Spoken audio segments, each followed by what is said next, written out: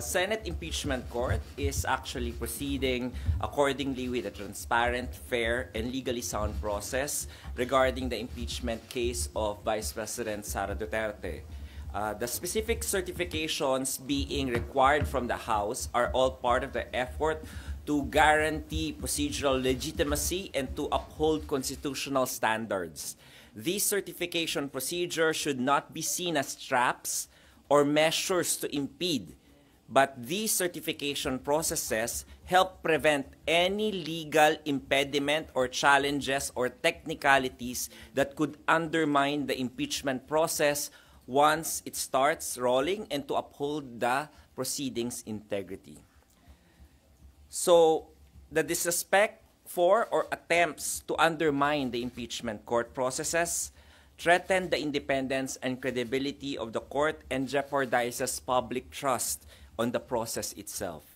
We therefore encourage the public and all involved parties to participate constructively and respectfully in the legal discussions without insinuating any malice on the court. So we will be able to take questions po. Sir, actually, yun din yung tanong ko. Pero basically, yung sabi ni Congressman Jokno, no, if Congress will designate prosecutors to the panel, that is already a very clear indication that they want to proceed with the case. So parang wala nang need for another certification communicating that they want to pursue and they want to pursue the impeachment trial. Actually, yung pag-authorize ng mga House prosecutors, no, pagbibigay ng authority, I think it will also be contained in a resolution because as you know, the Congress is a collegial body and it can only act collegially through its parliamentary procedures such as passing of a resolution or a bill. So I think since there's already going to be that process of authorizing the prosecutors, so magandang isabay na lang rin po yung resolution na yon. At pwede naman nakalakip yun doon sa isang resolution lang. Pero sinasabi po ni Congressman Jokno, the fact na mag-e-elect sila ng prosecutors, hindi raw ba enough na yon na communication na gusto na lang ituloy yung impeachment trial po at hindi na kailangan ng hiwalay na certification? Well, if that is the position po of the House prosecutors, then we will just await whatever filing that they will make in due time once they convene the 20th Congress.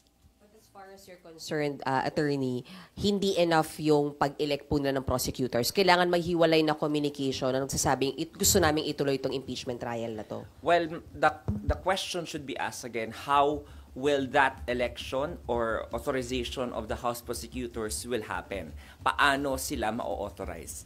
In what kind of action? Is it just a letter from the speaker? Or is it a formal authorization coming from the plenary of Congress itself? So, wala naman tayong question na gagawin yon at naniniwala tayo sa kakayanan naman ng House of Representatives at sinabi na rin naman ng Speaker of the House na they will comply. So, I don't see any problem in na pagsabayin na yon, no? Sir, follow up lang po. Sorry. Sir, follow up lang doon sa yung sa prosecutors. Kailangan pa ba talaga ng plenary action? Kailangan pa aprobahan ng House plenary yung mga prosecutors na papalit? Well, because nga collegial body ang Congress, no? How do they actually authorize somebody? No, like for example, in a corporation, kapag corporation yan, para yung isang tao ay ma-authorize to represent the corporation, then the board of directors has to come up with a board resolution and the corporate secretary will have to come up with a secretary certificate. So, in any collegial body, ganun po may memorialize yung authority to be given to any person. So, as a collegial body, Congress as a collegial body is expected to also do the same. So, ako po, basic lang naman po yun, no? Kung meron pong other way na gagawin po sila, then tingnan na lang po natin kung ano po yung ipapasa nila and then let the impeachment court decide on the sufficiency of their compliance or submissions. Sir, si Senator Risa Hontiveros po parang nananawagan na kailangan na pong manumpa na raw yung mga bagong senador sa 20th Congress. Maybe get your comment lang. Highlight lang po natin no, na as of today po, 6 out of the 11 major steps outlined in the procedural framework or that accounts for 55% of the entire process has already been accomplished by the impeachment court. Kung makikita nyo rin po doon, no, sa proseso na yon, nandoon yung pag-swear in ng ating mga senator judges. So, yung call po for swearing in of the senator judges will need to depend on the existence of a presiding officer or a Senate president. Kasi po, ang senator judges will have to take their oath before the presiding officer. And as you know po, if one Congress adjourns and another begins, the Senate president is going to be elected or re-elected again. So, kailangan po natin hintayin kung kanino pong manunumpa. Ayaw po ng presiding officer na magkaroon ng question doon sa proseso or sa step na yon ng panunumpa na maaari pang ma-question at magkaroon ng legal impediments kapag nagpatuloy na po yung proseso. So, gusto ng presiding officer as a matter of prudence and diligence na gawin na lamang po yun kapag nag-elect na po ng Senate President na tumatayong presiding officer ng impeachment court ang 20th Congress. Sir, hindi ho ba considered continuing yung powers ni SPGs considering hindi naman po nag-expire yung term niya nito? And that's one school of thought, no? Tama yung school of thought na yan. And there is another school of thought na hindi rin continuing kasi nga may adjournment nga, no? And if you see the parliamentary processes doon sa rules ng Senate as legislative body, gano'n na nangyayari sa first day, nag-e-elect sila ng Senate President or kino-confirm nila yung election nung nakaupong Senate President. So, because of that procedure in the Senate rules, then there might also be another school of thought who would say otherwise, contrary to your school of thought. So yun yung ayaw na nating mapagdebatehan pa pagdating ng convening on July 29. Kasi gusto na nating kung ano na lang yung mga urgent matters na nakahain, katulad ng pag-join ng issues already na sinasabi din ni Congresswoman De Lima, no? Na-joined na yung issues. So, dahil joined na yung issues, then the impeachment court can already proceed and act accordingly based on the next steps in the process. Sir, so the earliest that the new senator judges can take oath ay July 29, sir, after maka-elect ng July 28, whether or not sa SPGs yun? Tama po, kasi alam na po naman natin na yung July 28 is just a ceremonial opening of Congress. Medyo busy yung mga senator judges doon at saka yung ating House din. So, only after that maaaring mangyari yon. Sir, medyo clarify ko lang to. Ibig sabihin, sir, balik ako yung sa certification po to proceed, kailangan nilang isubmit plus yung authorization ng bagong mga prosecutors? Ano po? Yes. Because so correct. Dalawang compliance po, sir? Yung sa House Prosecute, sabi ko nga, pwede na siguro nilang isabay yun dahil gagawin na rin naman nila isang proseso. So, as a matter of efficiency, then the House may elect whatever they want to do on how to comply with those two processes. Kasi nga yung authority rin ng House Prosecutors ng 19th Congress has already ended when the 19th Congress adjourned. So, there needs to be another authorization from the 20th Congress of the new set of House prosecutors. Attorney, how will you explain the impeachment court being a continuing body outside of legislative matters and processes when in fact it again requires plenary action para po doon sa pag-reconvene ng court and pag-oath po ng mga senators, senator judges? Because nakasalalay po yung presiding officer doon sa kung sino yung magiging Senate President. Yun lang yung sagot doon, no? Kung walang ganong proseso, then baka tama rin yung school of thought mo na dapat magpatuloy. Pero kung may mga magsasabi rin sa iyo na school of thought na baka hindi. So para hindi na lang ma-question yun, due diligence and prudence requires the presiding officer not to anymore overstep, no? so that his actions will not be questioned. Kaya kung makikita nyo po ang galaw ng Senate President o ng presiding officer mula Pebrero, napakaingat. Kasi nga, lagi niya sinasabi dito since February, ayaw niya na ng legal hurdles na maiakyat pa sa Supreme Court, etc. Kasi para gusto nating tuloy-tuloy na lang. Pero Attorney, does that contradict yung perceived na concept that the impeachment court is independent from the legislative process? That is a good legal theory. Again, hindi natin alam because this is the first time in history na magkakaroon ng crossover o yung proseso mula sa 90th to 20th Congress. So, hindi alam natin kung ano talaga yung sagot dyan sa katanungan mo. Pero kung titingnan mo, we would rather err on the side of safety rather than on the side of questions and doubts. To clarify, right now, walang powers si SP bilang presiding officer of the impeachment court? That is one school of thought na kino-consider rin ni presiding officer.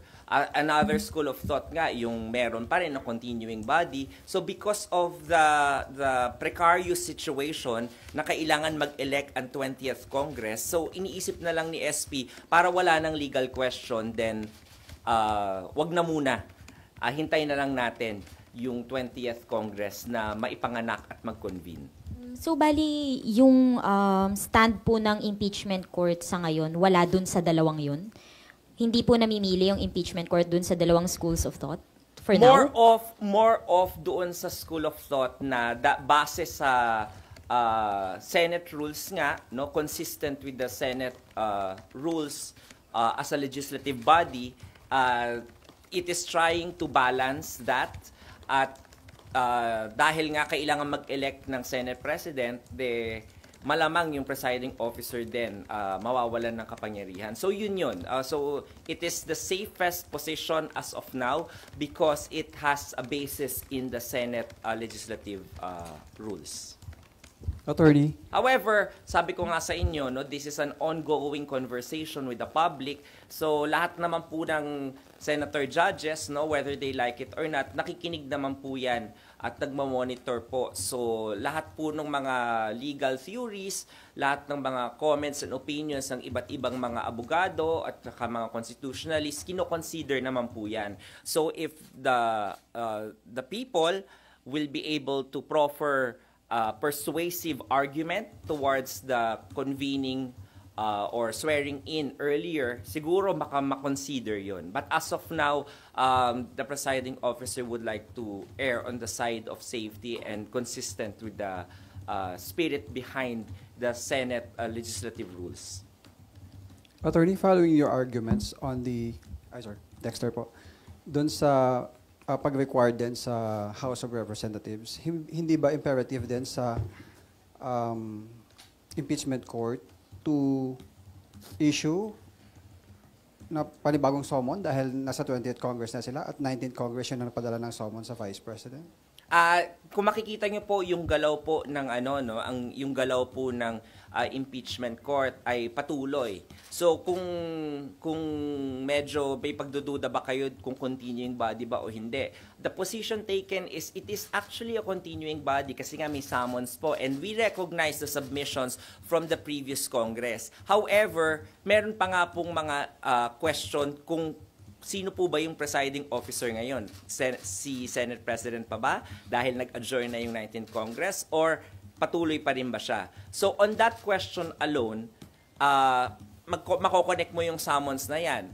Kung makikita niyo yung summons ni Vice President Sara Duterte, nakalagay doon na sagutin niya yung articles of impeachment. Pero isa rin sa nakapaloob sa summons usually ay mag-appear yung nasasakdal before the impeachment court.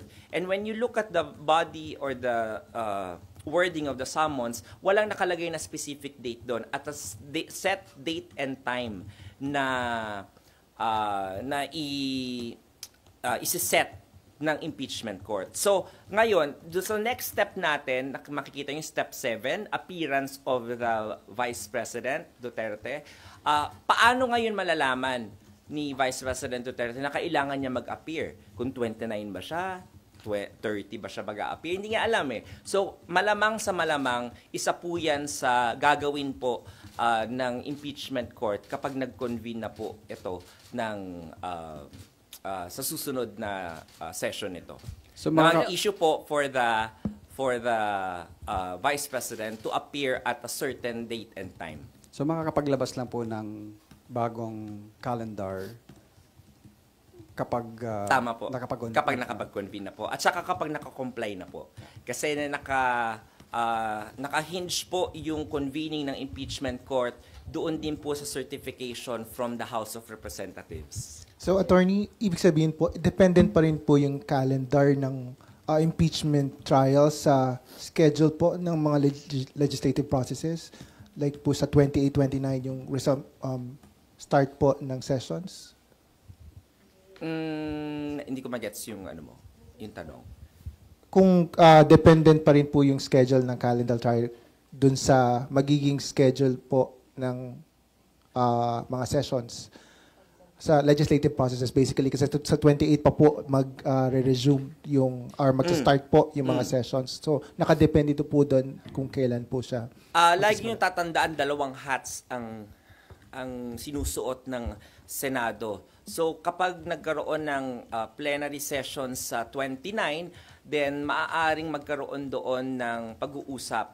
May isang senator judge o senador na tatayo doon para mag-move ng convening again ng impeachment court. Kasi as of now nga walang date na nakaset tayo doon sa 19th Congress nung June 10 na at June 11 na session. So walang nakaset na date. So I think there will be a movement on the floor of the Senate based on the Senate rules para mag-convene po yung Senate Impeachment Court either on the afternoon po or sa another day. Pero attorney, from now until July 27, hindi pwedeng, kasi parang in the past press conferences po sinasabi, kapag may isang senator judge na mag-request na mag-convene, magko-convene yung impeachment court. Pero dahil alanganin kung may presiding officer o wala, so can we say walang convening na reconvene na mangyayari from now until 27? Actually, bigger than that issue is the compliance. Kung makikita nyo po, yung order po ng impeachment court nung June 10 ay conditional po yung pag-set ulit po ng convening doon sa compliance po ng House of Representatives doon sa second order. At saka yung sinasabi ni Presiding Officer and Senate President na hindi po sila pwede mag-convene kung wala pa pong communication from the House kung sino yung House prosecutors. Kasi gusto po nila na magkaroon na ng appearances doon yung House prosecutors at yung defense. Kaya po, hinihintay po ng impeachment court as a condition sine qua non na ma-comply po ng House po yun. Yung po yung import ng second order po. Sir, sorry. Paano kung walang compliance, hindi magko-convene? Or ma-delay ulit yung pag-convene? Hindi mangyayaring July 29? If lang naman, sir, scenario lang to. If by July 29 walang compliance, so walang kasigurohang magko-convene by 29? Nako, hindi ko masasagot yan, no? Kasi hindi ako senator judge, hindi ako senador. But that is in the realm of possibility, siguro. Pero, of course, sa action ba ng impeachment court, yung ba yung gustong mangyari? Parang lahat ng steps nga, 55% na accomplish na eh. So, if you look at the intent of the impeachment court wants this process to already roll. And the compliances, the certifications will ensure that there is no more question or any legal impediment once the impeachment court convenes. It actually gives the House of Representatives the power to already decide na tuloy-tuloy na tayo kapag nag-comply yung House doon sa appointment ng House prosecutors at saka yung second order na yun for certification. Dependent yung pag-convene sa compliance? Yun po ang order po ng June 10. Kung makikita nyo po. Anong implication po kung hindi sila mag-comply? Alin po? Yung hindi mag-comply, yung second order, yung I House. cannot hazard a guess. Hindi ko, kasi gusto mong patunguhan ko kung magko-contempt ba o hindi. No, yun yung gusto mong lumabas sa akin. Hindi ko masasagot yan. Kasi hindi nga ako senator judge and depende na lang yan kung anong move nung both parties, no, they are open, they are free naman to file whatever motion they want to file with the impeachment court and let the impeachment court decide on the matter. Attorney, required din sila mag-submit ng listahan ng mga bagong prosecutors, right? Kailan may deadline ba yun? Yes, walang deadline po. Because ayaw naman natin limitahan yung schedule at kapangyarihan ng House of Representatives. But the impeachment court is hopeful and is also happy na nung last day ng Congress ay nagpahayag yung Speaker of the House na they are going to comply with the 2 certifications, which they already did dun sa una. Sir, do we have an assurance na, just for example, mapalitan yung Senate President, mapapalitan ang presiding officer, that whatever yung mga na-accomplish na po during the 19th Congress, makikarry over? Or pwede po ba yun rin ng kung magkakaroon ng bagong presiding officer? That is in the realm of possibilities, no? Pwede o pwedeng hindi. Hindi ko masasagot po 'yan ng definite dahil hindi ko kayang makita kung ano yung magiging future diyan. So, Attorney, tama po ba na wala pong pwedeng gawin and walang gagawin si SP right now as presiding officer unless he is re-elected as Senate President? Between now and until the time, wala po siyang pwedeng action na gawin bilang presiding officer ng impeachment court? Well, as of today, I think ganun yung and as based on the pronouncements of the Senate President himself during his press con last week, I think that is the policy that he is taking for the meantime. However, in the next few weeks, hindi natin alam. We cannot second guess kung ano yung baka may makapag-persuade sa kanya. So hindi ko alam.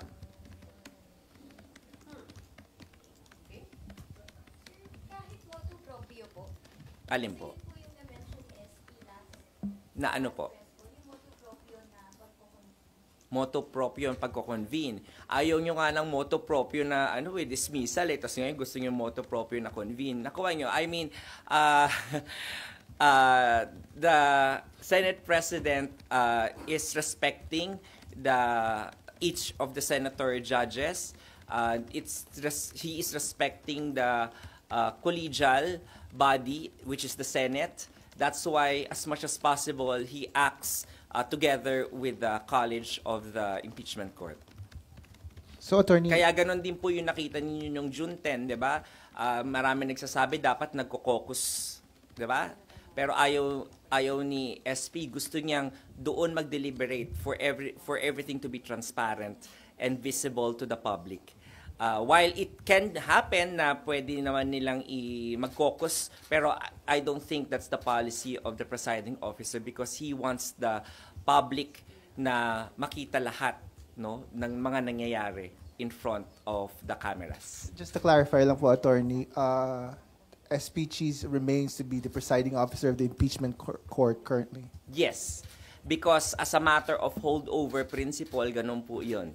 Hanggat walang, katulad din ng Senate President, as a matter of holdover, dahil wala pang convening at wala pang official election of the new Senate President, then he remains to be a Senate President on a holdover capacity po.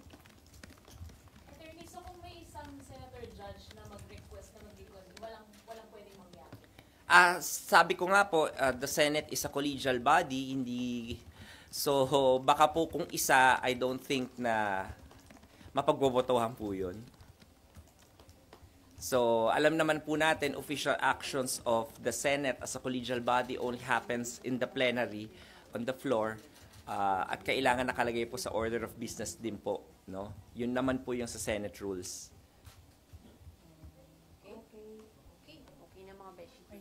Ay, may tanong pa po. Yes.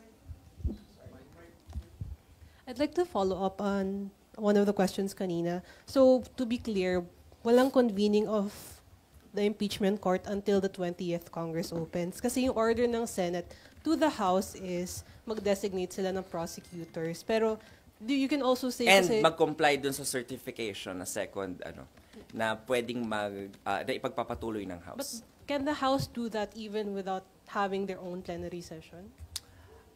I don't know. You have to ask the House about it. No, I don't know how they will do it. I don't know what's their action going to be.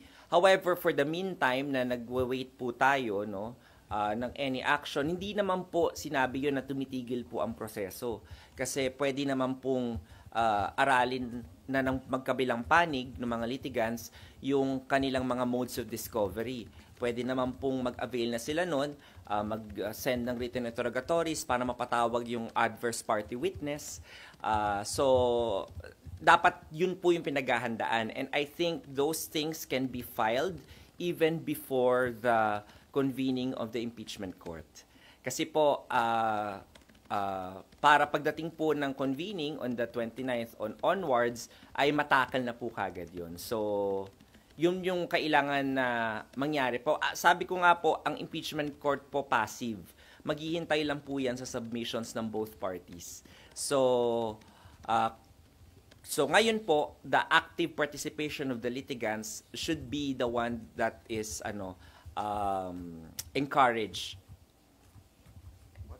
Sorry sir, kasi it is just now that we are hearing na yung powers po ni SP as presiding officer ay basically wala po muna unless ma-re-elect siya. Is it a new position, a new stance? Hindi yan yung position, hindi yung walang power, no? Well, hindi ko sinasabing walang power. Ang sinasabi ko nga po may power, may holdover capacity nga po. Pero nga maaaring ma-question siya na bakit ka nagsuswear in? Diba? Nakalagay sa rules natin, mag-e-elect muna tayo ng Senate President.